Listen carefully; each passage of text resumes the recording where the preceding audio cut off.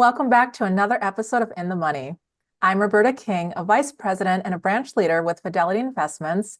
And today I have with me Jessica Inskip, director of education and product of OptionsPlay, and Tony Zhang, chief market strategist of OptionsPlay. Both Tony and Jessica are frequent CNBC guests. Jessica, Tony, welcome. It's great to be with you again. Welcome back, Roberta. It's great to see you again. Really excited for today's conversation. As always, there is so much to talk about. Yeah, Indeed. thank you so much, Roberta, for having us. It's a pleasure to be here. Likewise, likewise. Okay, so it's Thursday, the 25th of April, and we've definitely seen movement in the market week over week over those last few weeks. And so definitely, I think our viewers and as well as myself, we're interested in hearing both of your views on the economy today. So Tony, if I could start with you, what's your macro view this week? And just what are you observing? Yeah, and we've had a roller coaster couple of weeks now with regard to the equity markets. And this week, the big focus was going to be on the tech names that were reporting this particular week. And we got a bombshell this morning with Meta reporting based on, or rather, investors showing us that their patience on spending for AI is relatively short, especially when the revenue component down the line is fairly murky. And then just less than an hour after that, we had the GDP print that really surprised us to the downside. The two, to some degree, almost canceled each other out a little bit in terms of price action. But I think, to better understand this, I think we should take one step back and take a look at how we started off the week. Because last week, we really saw big tech growth names sell off pretty heavily, and a lot of fear crept into the markets. And there were some concerns that the 6-month rally that we've seen was really starting to come to an end, and that we could potentially start seeing some further downside here in terms of equities. But one of the things that we noted is that to start off the week is that we saw VIX come down substantially below that 16% level on Monday. 10-year bonds fell below 4.6%. You had bonds across pretty much the entire investment grade curve, as well as the term structure curve, rally across the board. Safe haven assets like gold sold off, Bitcoin sold off, and even oil, despite the conflicts in the Middle East, sold off. So, we really started off this week on a pretty good footing, and an opportunity for buyers to step back in as some of the fear has receded out of the markets. But the question was this morning is, does the Meta kind of set all that back? And so far, after the GD print, after Meta, we seem to have still found a bit of stability. VIX hasn't shot up, intraday today. We haven't seen those, safe haven assets like gold rally significantly. That 5100, 5150 on the S&P 500, which comes out around the 50-day moving average, is still the level of resistance that at the moment we're shooting for in the short run. And the question from investors as to whether or not when we get to those levels, can we continue higher, or we're going to bounce off those levels and start selling off again? That's yet to be answered. But if you look at kind of the macro factors across the board, things don't look particularly bad at the moment. But again, names like Meta, these are the ones that we're really paying attention to, some of those higher beta names, because right now, if you look at the implied correlations, which measures how correlated equity names are to each other, they're at 52-week lows. What that means is that even though equity markets are moving slightly lower here today, what you have is a good number of names that are moving higher and a good number of stocks that are moving lower, which typically happens during earnings season, but we are near 52-week lows. And what that simply means is that during earnings season right now, there are still a lot of opportunities on both sides. There are stocks that are outperforming and doing well on earnings and still moving higher. And at the same time, there are stocks that are making big moves to the downside when they miss on earnings. So right now, even though on the overall, when we look at the macro picture, it looks still somewhat sound at the moment. And we go back to this cautiously optimistic viewpoint right now. There are plenty of opportunities for traders on both sides of the equation at the moment. Thanks, Tony. I'm curious, you mentioned beta a couple of times, and which is a measure of volatility. Can you share more about how you use beta measures to make inferences about the market? Yeah, that's a really good question. And the way I think about beta is if you put the stocks that have a higher beta in one bucket, what you can do is you can take a look at the performance of that segment or that basket of securities on any given day to get a sense for, what tone the market has for that given day. So for example, when you're looking at higher beta, let's say technology stocks, when those stocks perform well on a given day, that gives you a sense that the markets have a risk on component and buyers have control on that day. And vice versa, when those names sell off, like we've seen here today and what we saw at the end of last week, that gives a sense that we are in a risk off, or that sellers have maintained control of the market. So that gives you a sense for intraday, who has control and whether we have a risk on or risk off kind of tone to the market. Helpful information. Thanks so much for that. So Jess, I want to turn to you. Can you share what you're seeing this week in your macro observations? Absolutely, Roberta. This week represents a large amount of technology stocks that are reporting. So I actually want to focus on the NASDAQ 100. And, when our discussion last week, it presented us with a challenge of higher rates and inflation concerns that were occurring. But that means we had this sell-off and we found support at the 26 weekly moving average. And remember, the 26 weekly moving average represents 2 quarters worth of prices. And now we're shifting focus to 1 quarter worth of prices, because that's represented by the current earnings environment, which is the 13 weekly moving average, which is acting as our resistance right now. So stuck in between 1 and 2 quarters, and that resistance at the 13 weekly moving average is about 17,900. Jess, I'm really curious, when you're looking at different moving averages, so like moving from 26 to 13 weeks, how does that shape your perspective? Do you have any other thoughts there? Yeah, it's a really good question.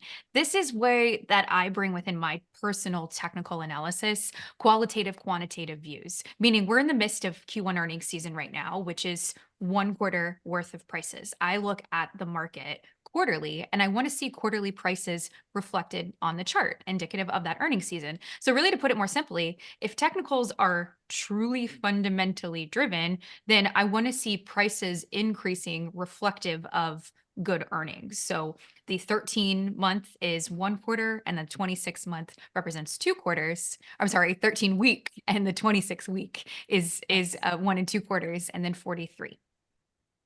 That's helpful. I want to go back to a mention from Tony at the top of the show, which is the GDP print. So as we're looking at that Q1 data, do you have any thoughts on the print today? Absolutely. So, and it's such a great point, because this month we're focusing on what happened really in Q1. It's report card season, is what I like to call it. We're assessing earnings, we're assessing growth and search for context clues. That's going to provide us some insight, in my personal opinion, on what could be or will be the biggest market catalyst, which is rate changes. We've had, from the earnings perspective, Visa gave us insight into the resilient consumer. Meta told us that they're increasing CapEx spending in AI and energy, so long-term investments with a cost prior to them recognizing any revenue. But this morning's GDP print, it really spooked the market, and it created pressure and introduced this scary word that I'm hearing, which is stagflation. And yields reacted. We had the 10-year at 4.71, which is the highest we haven't seen since November of last year. 2 years, we're back above 5. So we're inverting further. But stagflation, it's really a math equation, which means weaker growth plus higher prices equals stagflation. So we'll dive deeper into the report, because I like to do these deep divers, Roberta. It came in at 1.6%. 1.6%, which is below the 2.4 estimate, so less growth. This is the lightest since the second quarter of 2022, so that's a very weak quarter-over-quarter growth, representing 1 quarter of weaker growth, not negative, just weaker. And within this report, we get labor market data. So jobless claims were weaker, coming in at 200,000. We were looking for 220. Continuing claims were also weaker. And there's also a component within GDP that's inclusive of PCE, which we're getting a print tomorrow. And that was higher. And we were expecting 3.4%. That came in at 3.7%. So that is the hottest since Q1 actually of last year. And if you exclude food and energy and look at core PCE, prices rose at a 3.7% rate, which is well above that 2% target. So the concern is this foreshadowing March numbers reporting tomorrow? There's just really a lot to digest here. And I know we're going deep, but it really has me bringing it back to this equation and subsequent market volatility that we are seeing today. Higher prices seem to be sticky services inflation supported by a strong labor market. I personally believe that stagflation is a strong word and a little static there, but a pattern is formed with more than 1 month of data. This is 1 month of data. However, as the Fed stated they're data dependent, we have to be too. And so my focus now is on housing data, AI. There was some silver lining in this report about housing investment surging. So that's good to think about the supply of housing within the market. But really now the focus is, with all this information that we're bringing in, what does the monthly PCE data look like and what will that provide?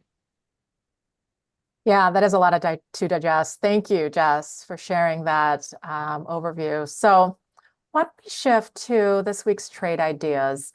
And again, with the economic backdrop that we've been discussing, Tony, let's start with you. What trades are you looking at to place this week to find opportunity in the market? Yeah, thank you so much, Roberta. The stock that I want to take a look at here this week is Adobe. And I think it's timely given the fact that we saw the Meta earnings this morning come in so unexpectedly poor in terms of how investors reacted to it. And that really comes down to the fact that Meta continues to spend a very large percentage of their R&D towards AI spend, yet at the same time, as far as when and how much revenue they'll generate on the back of that, there's very little clarity around that.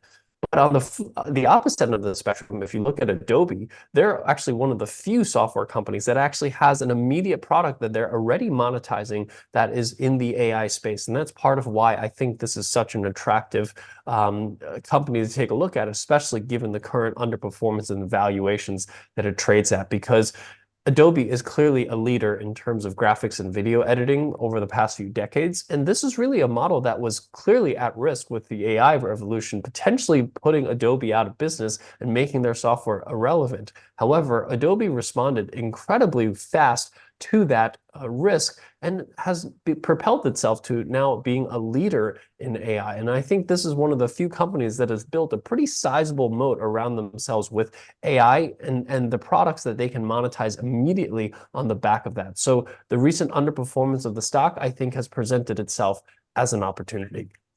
If you look at the chart here of Adobe, you see that the stock is down nearly 22% over the last 2 months. That's a pretty significant sell-off relative to the rest of the market and certainly relative to tech.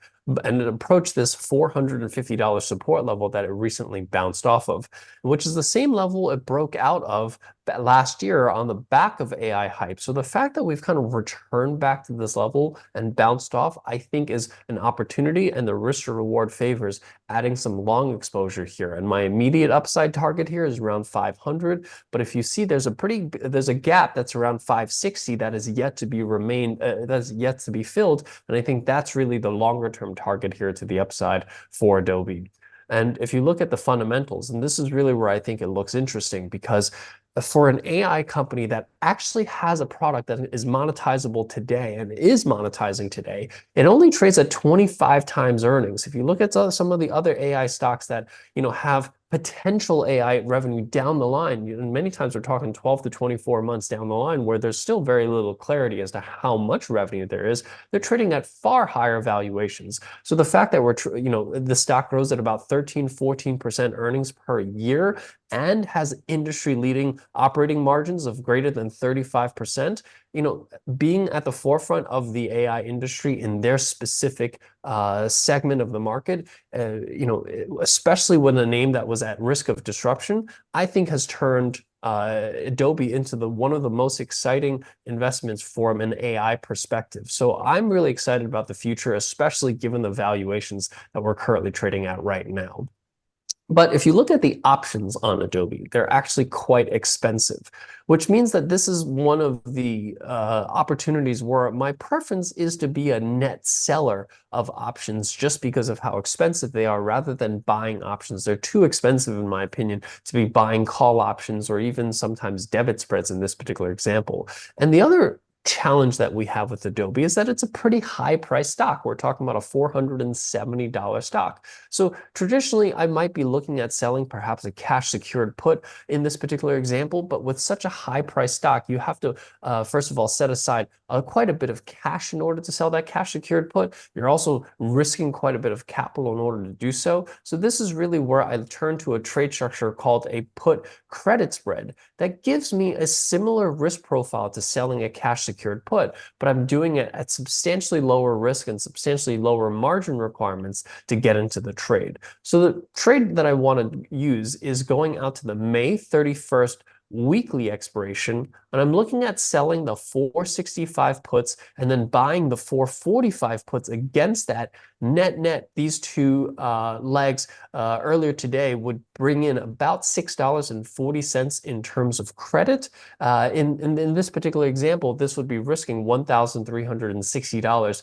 If Adobe is below $445, which is below the $450 support level that I was referring to before, only if it breaks this major support level would I risk the full $1,360. And it would make $640 as long as Adobe stays above $465. Right now, it's trading a little over $470 right now. So even if the stock doesn't move at all, I'll still be able to make the full $640 in terms of profits on Adobe. And if Adobe starts to rise from here slowly and starts moving higher, I'll look at rolling these put credit spreads higher and collecting more credits as it continues to rise.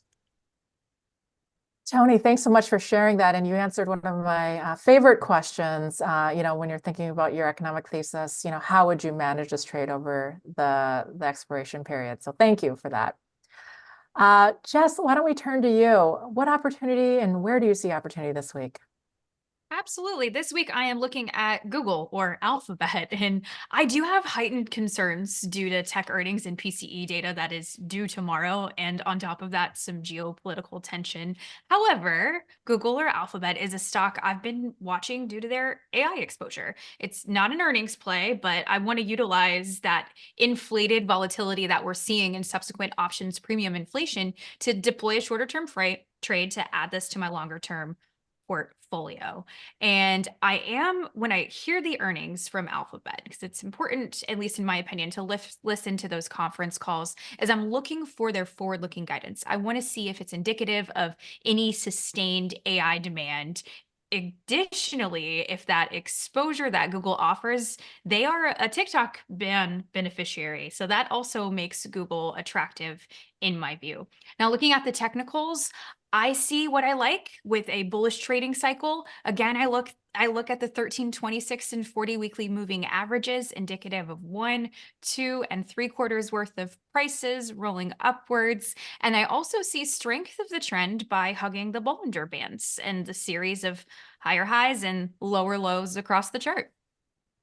And from a trade perspective, I'm actually shortening this than my normal that I provide. So I'm deploying 23 days until expiration, and it's an at the money short put at the time. And I'm taking on full risk ownership of owning the security. It's reduced by the premium that I've received. So earlier today, when Google was about 152.85, was looking to sell the May 17th 152.5 strike puts that collect about $5, so 500 total, which would put my risk at about 14,750 to deploy that trade with the intent of stock ownership.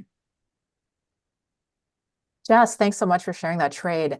I'm really curious to know, as you talked about your technical analysis process, can you perhaps share more about how you use Bollinger Bands and what they can tell us?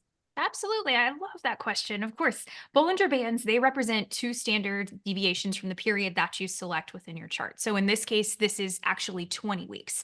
And I utilize this as trend strength, and that it's really due to the math. So if the stock is staying at the higher end of the variance as depicted by hugging the bands, so that could be on the upwards or the downside, but since it's hugging the upwards band, then I assign trend strength on the bullish side because of the upwards. So bullish momentum due to that reason. And it's all math. That's helpful. Thanks so much for the insight. So we save time in each of our conversations to look back at some past trade ideas and really just see how they played out. So Tony, I understand there's a trade you're looking back on this week. Yeah, that's exactly right. A few weeks back, I put on a long position in Newmont mining on the back of expectations that gold was going to perform well. And we obviously have seen gold perform incredibly well as a safe haven asset over the past few weeks as conflicts in the Middle East has risen. At the time we put this on, which was a call debit spread. We bought the May 35 by 40 credits debit spread for $2.35 when Newmont Mining was at 37.25. Newmont Mining reported earnings this morning with profits soaring on the back of what has been strong quarter for gold, and the stock is up to about 42.80. And when you buy a debit spread like this and the stock exceeds your upper strike, that's a good time to start taking profits on this trade. So earlier today, you can close this out for about $4.65, which nets you about a 100% gain on this particular trade. Thanks for that look back. It's always good to see things work out. And I know we do to share a balanced view. So thank you. I appreciate you sharing that. So before we wrap up today's conversation, Jess, can you give us an idea of what's on the agenda for next time? Absolutely, Roberta. Hopefully, clarity. We have a Fed meeting next week. And prior to the announcement, there is so much economic data. We're going to receive a Treasury refunding announcement. We're going to have ADP employment, and we're going to have JOLTS on the same day. So another big week and lots to discuss. Awesome. We're definitely going to look forward to that. Thank you, Jess. This does bring us to a close, and I want to thank all the viewers for tuning in today. And again, Tony, Jessica, thank you for bringing us your thoughts and trade ideas today. Always, Roberta. Thank you so much for having us. Look forward to next time. Thank you for having us, Roberta. It's a pleasure to share these ideas with everyone. And if you're interested in further details specific to Tony and Jessica's trade ideas shared today, please join our midday market briefing, which will be tomorrow, by visiting fidelity.com/in-the-money-follow-up. Also, if you're looking for further insights or if you missed the live show, be sure to sign up for our Active Investor weekly newsletter to receive highlights and highlights of the trades we discussed today. You can visit us at fidelity.com/Active Investor Weekly for that. We'll see you back here next week for another episode of In the Money. Take care.